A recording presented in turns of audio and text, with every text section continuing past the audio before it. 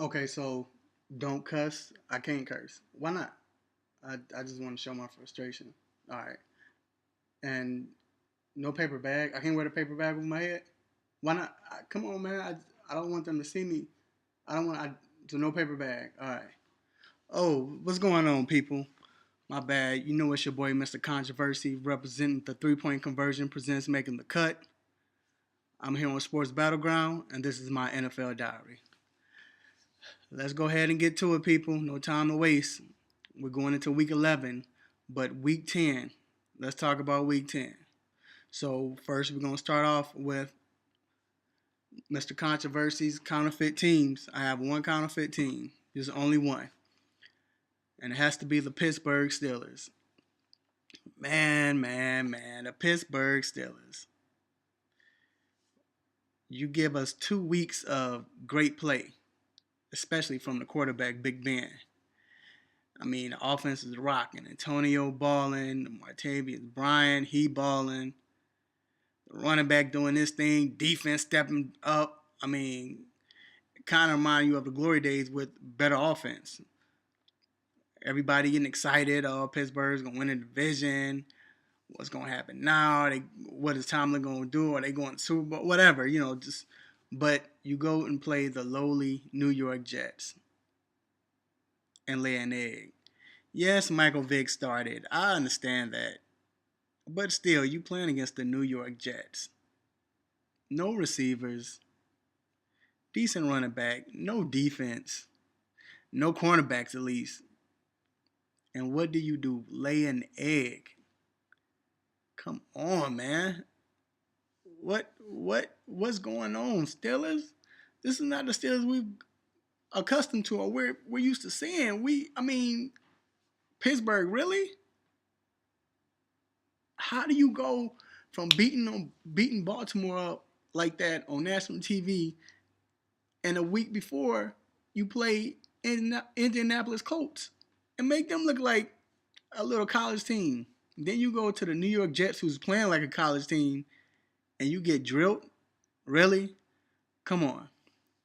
Counterfeit. All right. It's time for Mr. Controversy's State of Emergency.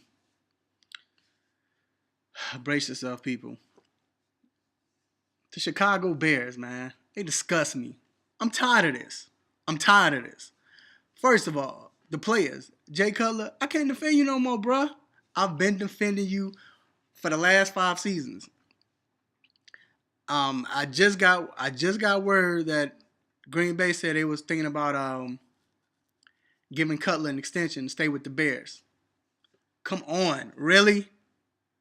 I understand it. I understand it's a mental thing. I know it is. Yeah, people might say it's not, but I understand when you play against the Packers, for some reason, Aaron Rodgers, McCarthy, Lambeau, whatever, you freeze up. It kind of reminds me of a basketball, or when you playing basketball, you young guy, young little kid, and you playing against your father. You can never beat him, but you keep playing him, can't beat him. Finally, you get to the point where your skills are better. You're faster than him. You're more athletic than him. In this case, your team is better. Yeah, as far as your offense gotten better. So, but yet still, it's like when you play your father, for some reason, you just can't get over that edge. You can't beat him. He has that mental edge over you, and every time he pulls it out. Golly, when are you going to beat your father, Jay Cutler? Then for the rest of the team, y'all play like some punks. Lucky he said I can't cuss, because y'all play like some punks.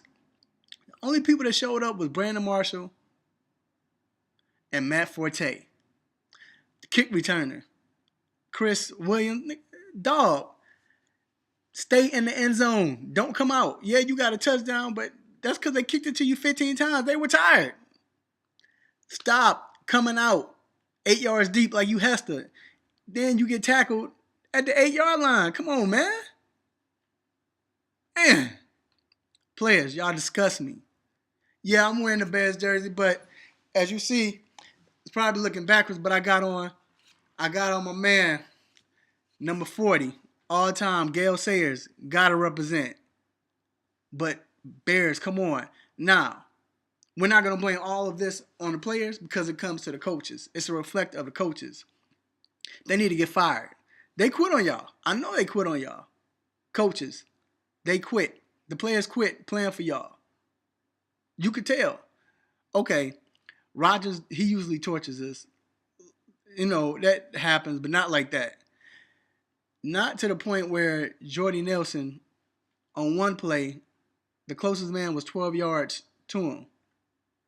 Come on, man. Then the next possession, the closest player was 9 yards. 9 yards to him. That close, or I should say that far. What? They quit. The screenplay. Nobody wanted to tackle. They quit. I'm just saying. Coaches, y'all need to get fired. Trestman needs to get fired. Or if Trestman, even though we won't fire him, because you know how old legendary football teams, as far as the original franchises like Green Bay, Pittsburgh, Chicago, Giants, they don't fire their coaches after 2 years. That's not going to happen. That just doesn't happen. If it was Tampa, some teams like that, yeah, but the historical franchises, no, it's not going to happen. So we stuck with Trestman for the most part, Chicago Bears fans. But he needs to fire his coordinators immediately. Or as Bernie Mac said, immediately. He needs to fire the coordinators. Because they quit playing for you. I know the defense stopped playing. I know my team. Yeah, we got torched, but what, 105, 110 points in 2 games that's been scored on us? They quit playing for you. They don't believe in it no more. Mel, you got to go. Tired of you acting like you're tough. That tough act, man, get out of here with that crap. Man, you get on my nerves. You got to go. Most people want to say, you can't blame the coaches, the players. Well, I'm going to break it down like this. Like I told my friend Mike Patton, shout out to you, baby.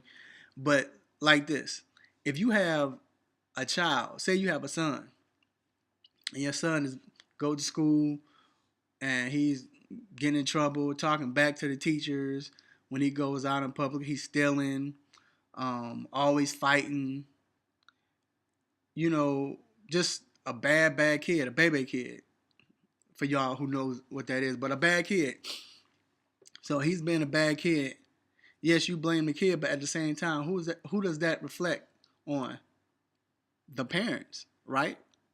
So with this bad play, who does it reflect on? The coaches. Which mean they need to get punished too. And they need to go. Coaching staff. Emory, I'm gonna give you one more chance. I'm not gonna say you need to get fired, but you close to it. You need to make a move. Trust me, if you don't get fired, you need to make a move. Because this is not the way the Bears play. Y'all killing me with this. Anyway, people, let me get back. All right, I'm back. So now, I want to touch on the quarterback play of this season. Actually, for the last 5 to 7 years, but really, let's talk about this year. Been a lot of touchdowns going on. I mean, of course, it's against the Bears, but touchdowns with you see what Rodgers did last week, 6 in first half. Don't even start it. Okay, but Big Ben, you seeing what Luck is doing. Of course, Manning. Are they really that good? Or is it the corners are bad? No, this is what it is. Ever since they put in the Ty Law rule where they saying that you can't have illegal contact beyond 5 yards, I think that's messing up the NFL as well. Well, it might be helping because a lot of people like offense. Me being from Chicago, which we don't get this year, love defense. But I love football. And football is physical. So, when you tell your cornerbacks you can't touch them, especially now they put emphasis on it where if you blow on them like my man from he plays for Charlotte, I can't think of his name right now, but if you blow in his ear like LeBron, like he did LeBron James, Lance Stevenson, you're getting a flag. So it's like I don't even know what incidental contact is anymore because again, if you touch him, if you even try to touch him, and you just miss him, they calling a flag on that. So now receivers are getting open, and quarterbacks are, I mean, threading the needle. I mean, they're making throws, but the receivers are wide open and getting a step, half a step and a half. If you're playing against the Bears, 15 steps. I mean, so I don't really think that it's that these quarterbacks are that good. I mean, of course, Manning is great, Rodgers is great. You know, Luck is going to be great.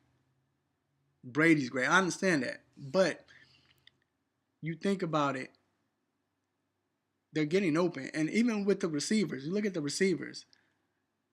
Antonio Brown, as great as he is right now, great as he's playing right now, do you honestly think he could play against Ty Law back then? No, he too small. He too small. Same for the other receivers. That's you know doing their thing. I don't as big as he is. Demarius Thomas, he's soft, and I think if he was playing with those rules back then, as far as we can put our hands on you, I don't think he would do that well. So yeah, these receivers doing great, but to me, I think you should put an asterisk around. I mean, on their name or next to their name, especially if they're breaking records, because it should be post illegal contact. Because, like I said, even with the quarterbacks, because it's easy to throw for 5 touchdowns now, especially today, since they're putting emphasis on not touching the wide receiver. Or, I mean, man, come on. If we arm wrestling and arm tussling, I should. If I'm a cornerback, I shouldn't get called for that if he's doing the same thing. And then I hate the rule if your back is turned and you got your hands up and you just barely touch him. I hate that rule. Golly, I hate that rule. But it's the rule. So cornerbacks, get your game up, change your game, do whatever you can. You see the best cornerbacks come up and they make the proper changes and proper adjustments. So no excuse, I guess. So anyway, I'm gonna wrap it up. I want to give a big shout out to my man, Big TJ. Right now, I know he's down and out, strep throat. I hate to put your business out, baby, but we're just saying we praying for you, man. Hopefully you get better, man. Can't wait to get you back so I could kill you on Sports Battleground.